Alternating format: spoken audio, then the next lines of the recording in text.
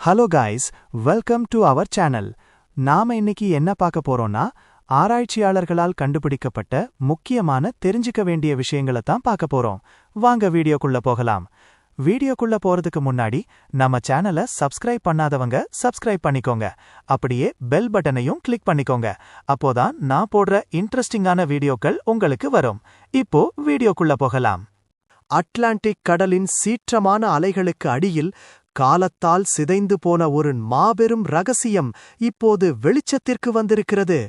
மனித நாகரீகம் விவசாயத்தைக் கற்பதற்கும் பல்லாயிரம் ஆண்டுகளுக்கு முன் வேட்டையாடித் திரிந்த நமது முன்னோர்களால் கட்டப்பட்ட ஒரு பிரம்மாண்டச் சுவர்.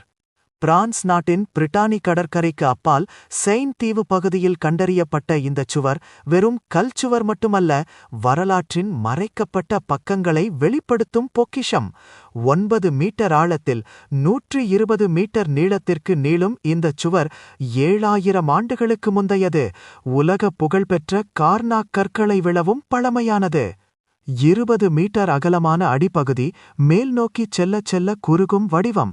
இது வெறும் பாறை தொகுப்பல்ல, அன்றைய மனிதர்களின் பொறியியல் திறமைக்குச் சாட்சி.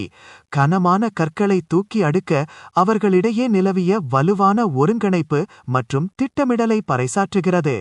இது எதற்காக கட்டப்பட்டது? கடலின் சீற்றத்தை தடுக்க பயன்பட்ட ஒரு தடுப்புச் சுவரா, அல்லது மீன்களை சிக்க வைக்கும் ஒரு வியக்கத்தக்க உணவு இயந்திரமா? பிரிட்டானி மக்களின் வாய்மொழி கதைகளில் வரும் மூழ்கிய நகரங்கள் பற்றிய நினைவுகளின் எக்கோவாக இது இருக்கக்கூடும். இந்தச் சுவர் நாம் அறிந்த வரலாற்றை மீண்டும் திரும்பி பார்க்க தூண்டுகிறது.